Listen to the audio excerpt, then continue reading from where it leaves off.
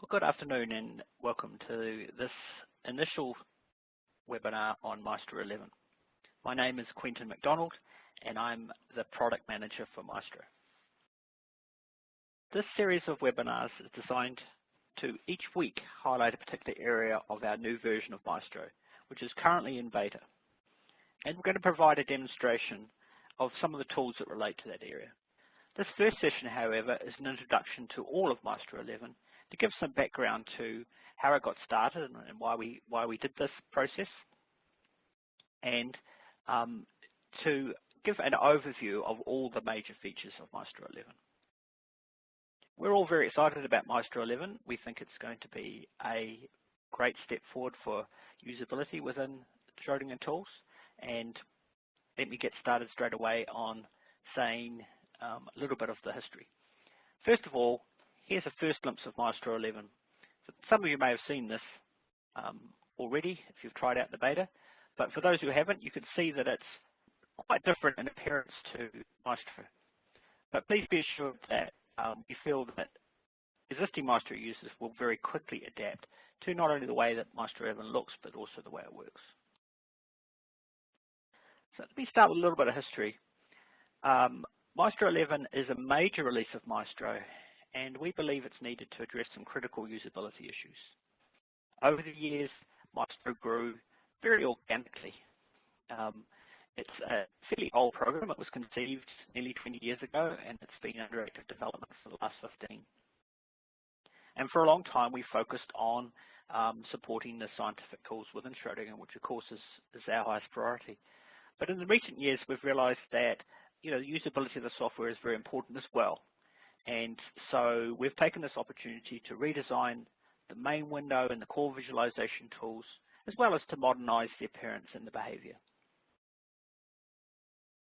The process was a matter of really recognizing that in order to do this properly, we needed some expertise that we didn't already have in the company, and that was to bring in some user experience experts. They were a very key part of this design. And one of the things that they did was to really observe how users work and how we can best tailor a program to meet their expectations. Along with this has been a series of refinements, and in fact that process of refinement is still ongoing. What I show today is the current state of Maestro 11. We don't expect that any of the major concepts will change, so please don't worry about having to relearn things in the future. But at the same time, I will point out that we are still making refinements as we learn more about how people actually work. So it's likely that some of the smaller details will change, even by the time you get to try it. Obviously, we wanted Maestro 11 to be easy to learn. Many of the key concepts and panels are the same as in earlier versions, and I'll show that when we get to the video. Our target is that we want a program that can be mastered just from watching a short video.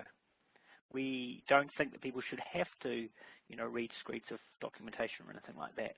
So both for those who are familiar with Maestro and those who might be new to Maestro 11 and never looked at older versions of Maestro, we believe that you can get to grips with the program in a relatively short period of time. And most importantly, we've tried not to change anything that wasn't absolutely necessary. And as you see, you'll see that many of the concepts and the panels to control jobs and so on are still the same. So there are really three key features of Maestro, three major changes, and I think once people understand these, they can really start to get to grips with the program. Firstly, that most actions within Maestro 11 are now performed in a select first manner. I'll show some examples of this later on, but this is pretty much the way that all software in the world works. We have a few exceptions, and I'll point those out. There are a few things that are more natural to do the other way around, but pretty much if you can remember that you select first, you're 50% of the way to using Maestro 11. At the same time, one of the issues with Maestro itself, with the classic version of Maestro, was that the functionality as it had been added over the years had become a little disparate. And so we've now tried to group related functionality together, which should make the program easier to remember and easier to use, especially for those who only use it from time to time. The third thing to keep in mind is that objects in the workspace can now be directly operated on. So we're talking about things like right-click menus, not only on atoms, but also on ribbons and surfaces. And again, this is an expectation for most software. That's typically the way that software works. So at the moment, we're running a public beta. This will be available for pretty much for the rest of the year, for the versions that are released this year, with the 16.2 release and the 16.3 release. When you start Maestro, you'll be shown an attractive dialogue that gives you some information about Maestro 11. There's a short video that you can watch and some other information to help you make up your mind. You can try Maestro 11, but if you decide that you want to go back to the classic version for whatever, that's very easy too. It just requires you to choose a particular menu item and then restart the program. I should say that, as I mentioned, we're still doing refinements and there's still a few rough edges. This was quite a big project and it had to be done incrementally. We're getting now to the point where it's highly usable. You can certainly do serious work with Maestro 11, but there are still a few rough edges. And most importantly, we welcome feedback of any type.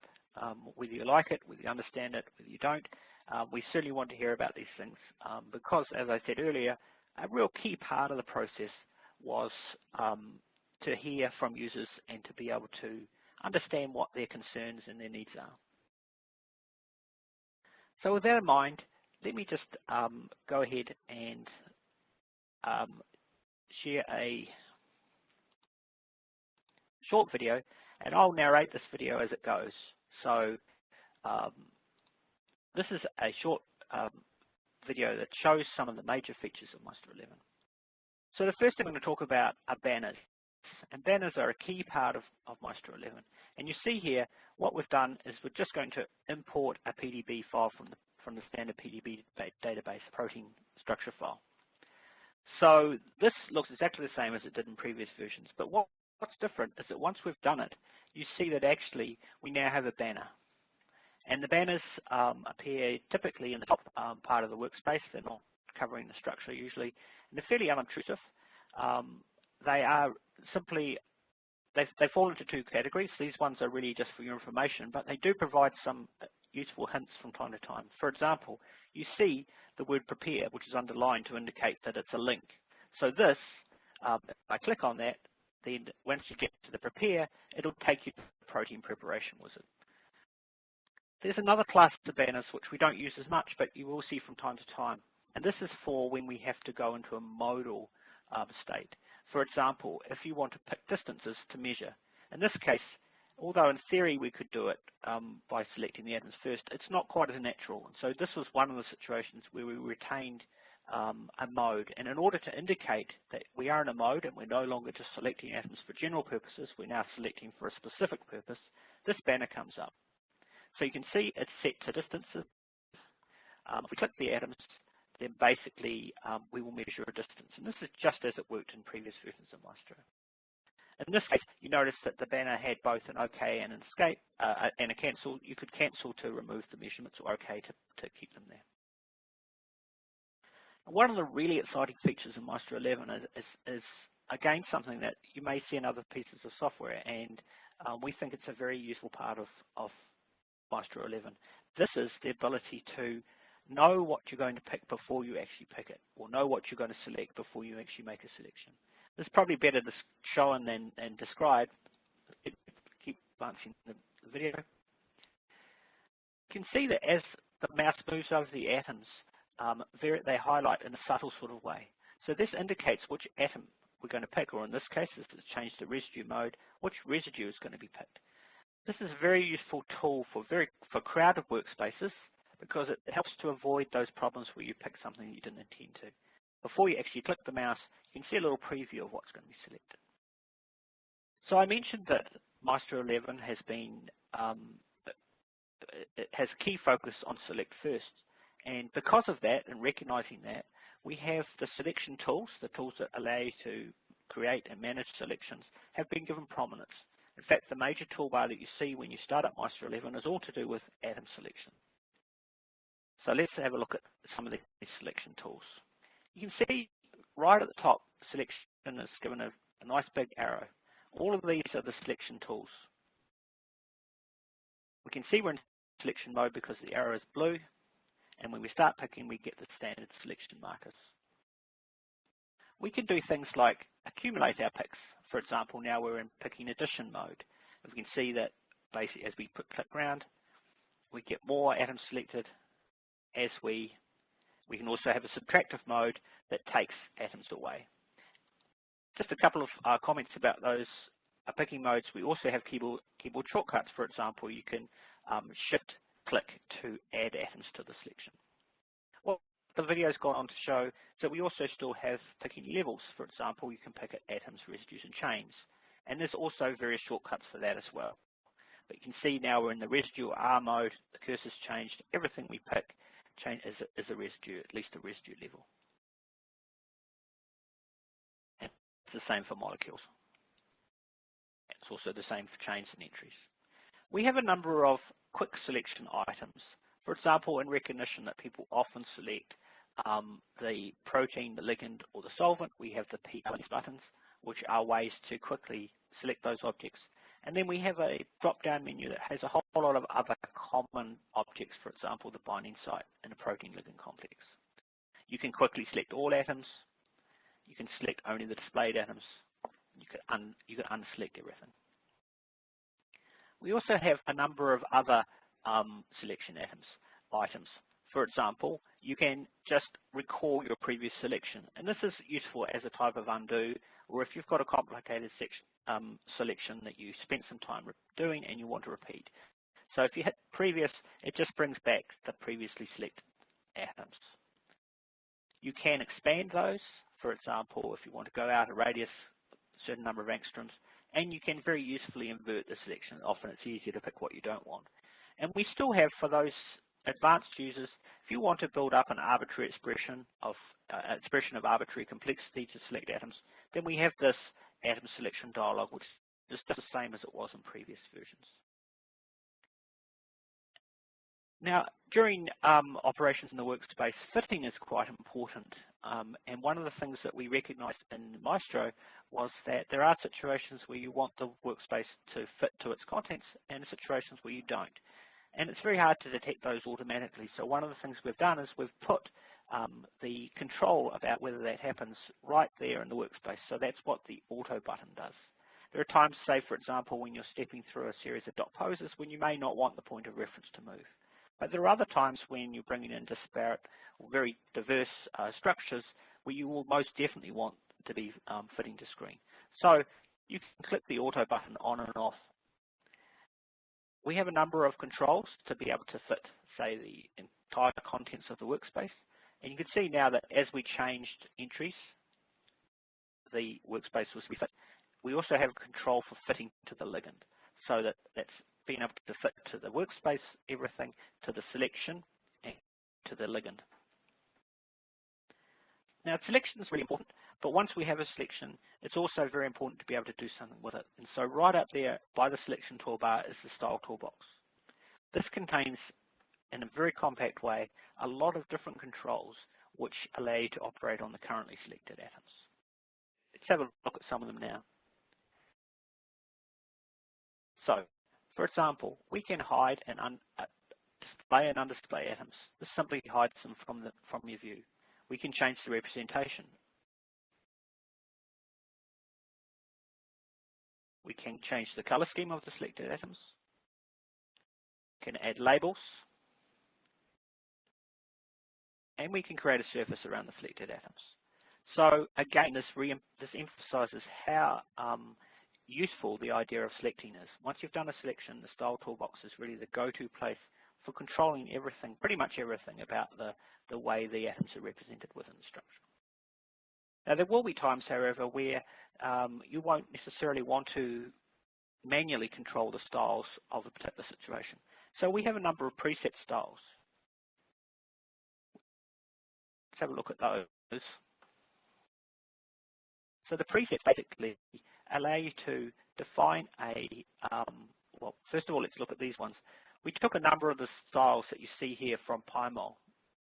People have told us that they like the PyMol styles, and so we've re-implemented them in Maestro best availability. We also have a custom style that you can edit, and then you can apply that.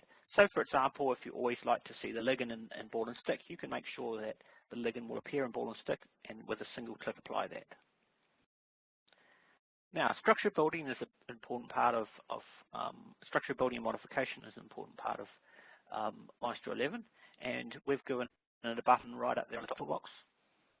You can see it opens a little build type panel with a number of tools. Now, building is also working on a select first basis. For example, you can select two atoms and choose a methyl and methylate those two hydrogens. Now, there are actually lots of building tools, more than we can show here, and that will be the subject of the entire webinar, as will most of these topics. The workspace toggles are located down at the bottom of the workspace. These are essentially allow you to be able to quickly turn it on and off without actually deleting various objects in the workspace. For example, you see the labels, the measurements, the surfaces. So they're not actually being deleted, they're just being muted or hidden temporarily. And you can do the same for the ribbons. So this is very useful when, say, you're doing a presentation. You may have some objects defined in the workspace. You don't actually want them in that present time, but you do want to be able to just hide them and bring them back later. We also have the interactions, for example, hydrogen bonds and contacts, which can control this way. And you see that the little dot, dot, dot also brings up, for the interactions, brings up the controls that allow you to define how those interactions are shown and which sets of atoms they're represented for. In the far right bottom, there's a little plus sign, and this brings up the workspace configuration panel. The workspace configuration panel brings together a lot of tools that in previous versions were scattered throughout the program. This is essentially everything to do with the workspace appearance and surroundings. For example, you can display the command input area and the 2D overlay, which is in the bottom left. Carry on to look at some of the other workspace gadgets.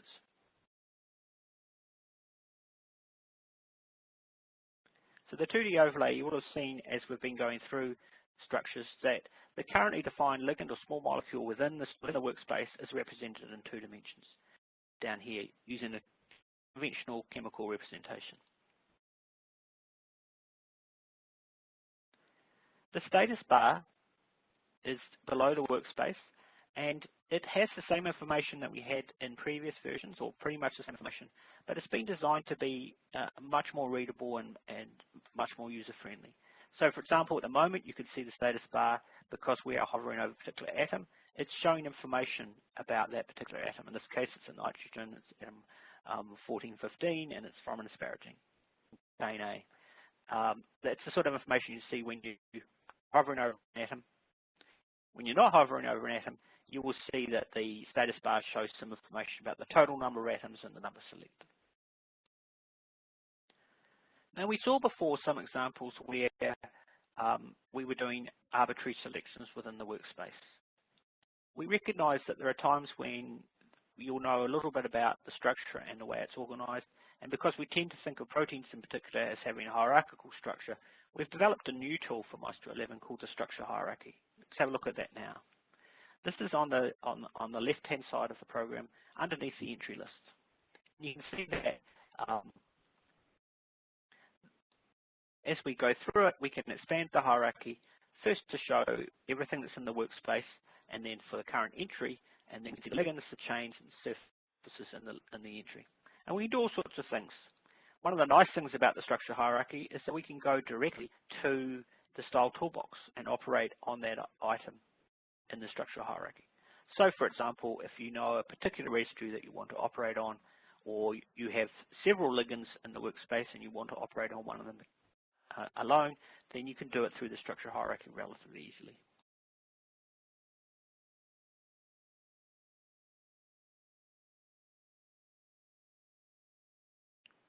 One of the nice things about the structure hierarchy is it's searchable. For example, in this case, we're searching for tyrosines, and it only shows the tyrosine. In this case, we refine it even further, just to tyrosine 35. So again, for those situations when you know exactly which residue you're looking for instead of having to hunt and peck for it in the workspace. The structure hierarchy provides a really easy way to find that and to operate on it directly. Now, one of the big challenges for Maestro is that it is the interface to just about to everything that Schrodinger offers in terms of scientific calculations. And we have a huge number of options here. They range from protein crystallography to small molecule quantum mechanics, material science, biologics, and so on. So it adds up to quite literally hundreds of different options. And for people starting Maestro, one of the challenges is how do we make sense of it and how do we guide people to understand the various types of calculations that you can do. So our solution for this is the task tool. And this is new for Maestro 11, and it totally replaces 3 of the menus that were previously in Maestro. So previously we had a tools, a tasks, and a scripts menu. Those 3 are now combined in the task tool. So if you can't find something that you used to know where it was in Maestro 11, chances are, we used to know it was in Maestro, chances are it's now in the task tool. The task tool has a number of really cool features that make it easy to use, easy to find what you're looking for. So the task tool is that button in the top right.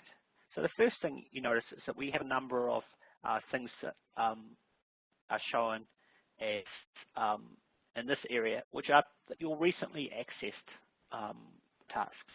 And as you use the program, this list will dynamically change. This is a recognition that most people tend to use the same subset over and over again. So you will find that if you are looking for that panel that you used yesterday and you can't remember exactly what it was, just look in the list at the task tool. But the other thing that's nice is that we then have a complete categorization. You can see this is divided into 2 parts. The very right-hand pane is the applications. These use the familiar names for the products that some people will know, or many of you will know, for example, Glide or Desmond. However, we know that not everybody associates those names with particular tasks. And so on the left-hand side, we have a more abstract description of the various sorts of things. The same information is available in both places, but they are different views, really.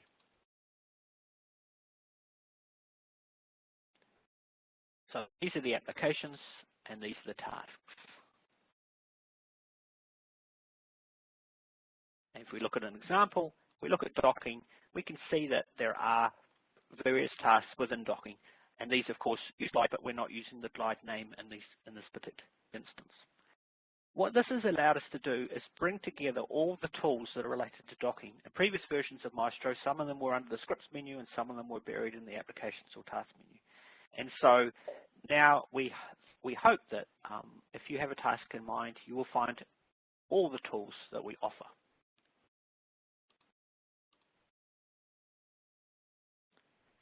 One thing I will point out is this is the Glide ligand docking panel. This is exactly the same as it was in previous versions. And so nothing has really changed in terms of the way that you perform your calculations, the way that jobs are run. So in terms of having to relearn that sort of thing, there's really nothing that is necessary. They look exactly the same. And eventually we may make some small modifications to make them look and feel more like the rest of Maestro 11. But for now, things are basically the same. One really nice feature about the task tool is that every item in the task tool has a star by it. You can click that star, it becomes yellow, and then you notice that this then becomes one of your favorite items. Again, this is recognizing that most people only use a subset of our tools, and they wanted to be able to get to those very quickly. And you notice that as the yellow star was clicked, in the toolbar, that's the favorites toolbar that's just underneath the selection toolbar, the ligand docking item was added. And so you can click that, thereby giving you a shortcut right there above the workspace to your most commonly used tools. The other thing I'll point out is that one thing, of course, that Google has taught us is that search is really powerful. And so we also have a search with a series of standard keywords, but also a web matching search that allows you to find any of the items that are inside the task tool. So in this case, it was searching for high throughput virtual screening, but we have a whole range of different keywords, And we try to make it a smart search so that if you search for docking, we give you if you search for docking, for example, we give you the hits that we think are the most relevant to that. One nice little feature that's quite useful for people using trackpads or who don't have them mice is that it's now possible to hold down the space key and get the camera transformation display. This allows you to essentially just with a single mouse button perform any of the rotation, translations and zoom operations that normally you need a middle mouse button to perform. So for example, if you click there just with your left mouse, now you're actually in rotation mode.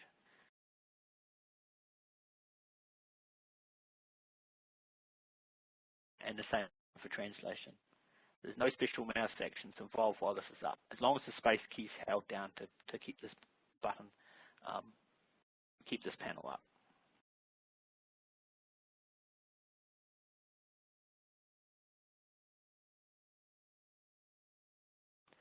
So that was a very, very quick introduction to Maestro 11, but I hope you see some of the main features, and that's been enough to get you to want to try it for yourself. Over the next few weeks, we'll go into each of these in detail. So I definitely encourage you to come along and listen to subsequent sessions, because I think there's still a lot for us to show you and a lot more detail that we can share with you. So thank you very much for your attendance, and we look forward to hearing from you in future sessions.